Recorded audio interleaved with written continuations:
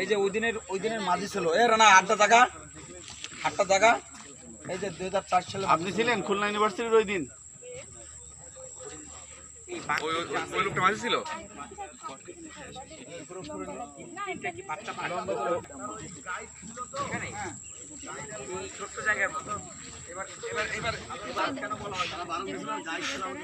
বারণ দিয়েছিল বিচে নামতে। এমবি মহিনাদি লঞ্চ ছিল আর এনামুল সাহেবের টিপ ছিল।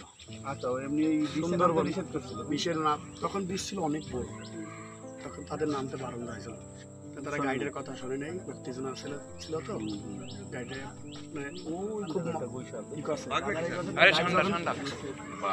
যখন মানে একদম বাধা দিয়েছে তখন সে তারপরে গাইড আর ফরেস্টার তারা চুপচাপ দাঁড়ায়। পরে ওই যত ছেলে ফেলে ছিল সব 120 জন সব নাম সবাই নামছে।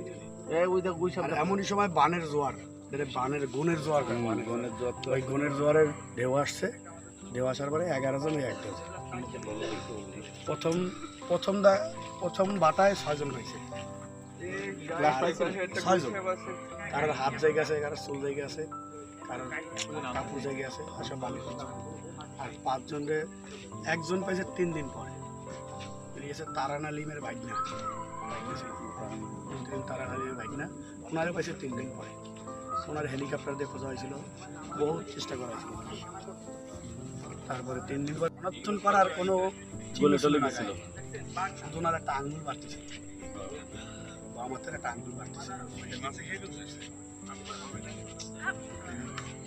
এটা তারপরের থেকে বিষ নিষিদ্ধ,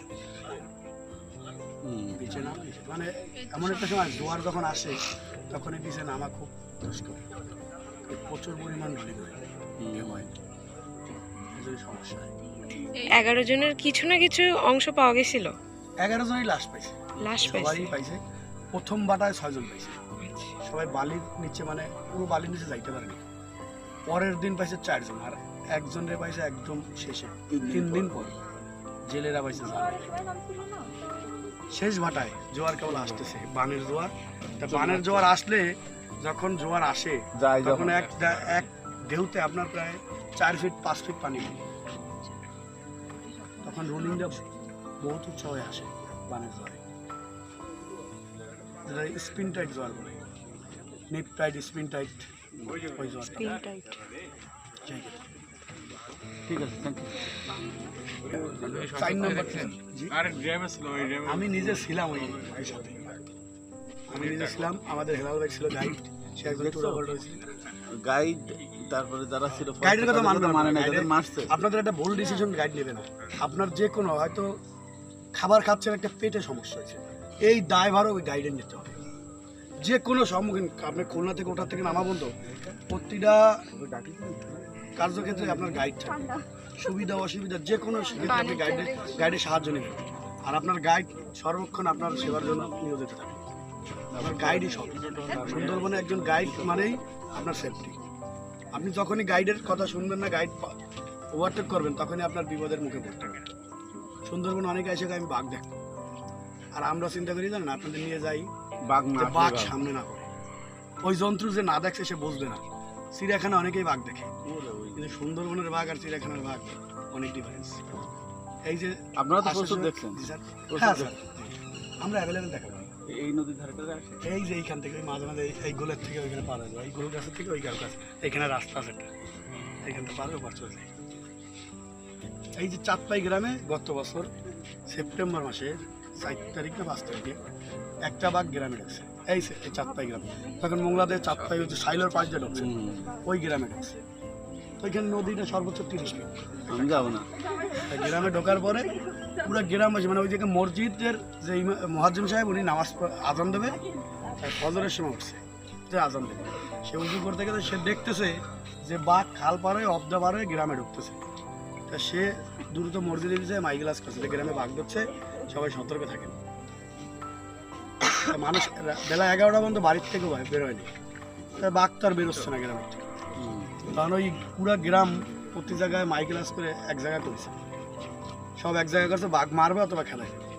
তো একটা গ্রামে 5000 লোক, চারটায় গ্রামে 5000 লোক অবদার করে কবজার পরে মানুষ, সামনে বিলের ভিতরে বাঘ, ধান খেতের ভিতরে, আর পিছনে জঙ্গল। 5,000 লোক এক অবদার পরে দাঁড়ানো, যে বাঘ মারবে অথবা ধাওয়াই দেবে। তো এই বাঘ ওর তো জঙ্গলে যাওয়া লাগবে, তো আর মানে কোথাও কোথাও রাস্তা না ভাই, ওই মানুষের দিকে দৌড়তেছে, তো তোর জঙ্গলের দিকে যাইতে হবে। তাই 5,000 লোকের ভিতরে 17 জন মারা গেছে ওই জায়গায়। তাতে বাঘের গায়ে কেউ একটু টাচ করতে পারেনি, আর বাঘের সাথে কেউ একটু টাচ হয়। মানুষের পাড়ায় মানুষ মরছে। বাঘ 5,000 লোক যার যা আছে তাই নিয়ে দাঁড়াইছে। বাঘ এমন একটা জিনিস, তাই নিয়ে দাঁড়াইছে। ঠিক আছে বাঘ এমন একটা জিনিস ভাই, আপনার এই যে আপনি বলেন আছেন না বাঘ দেখতেন, আপনি দেখছেন না বাঘ ওই যে আছে আমাদের যে মেশিন ম্যান, আপনার আগে সে সেফটি থাকে, বাঘ সামনে হবে। বাঘেরটা করে কম না। আপনার আগে সে সেফটি করে। প্রথম যখন আমি জঙ্গলে আইছি না, আপনার মতো করেছি বাঘ কোথায়, কিসের বাঘ, আমার ওর মনে হচ্ছে না না ভয়ের কিছু নাই তো। না না ঠিক আছে। ওই যে কথা এগুলো বলে আমরা আমরা যদি বলি তা গল্প হবে, আর আপনারা এগুলো পরিস্থিতি শিকারে পড়েন নাই। না না না মোবাইলের পাশে আসি আমরা, মোবাইলের পাশে আসি তখন 10 জন 12 জন একসাথে ঢুকি আমরা মোবাইল মধু কাটতে। তার ভিতরে জঙ্গল দিয়ে হাঁটতে খুব পাও সাবধান, পাও বুঝে পানি করে নিয়েছিস।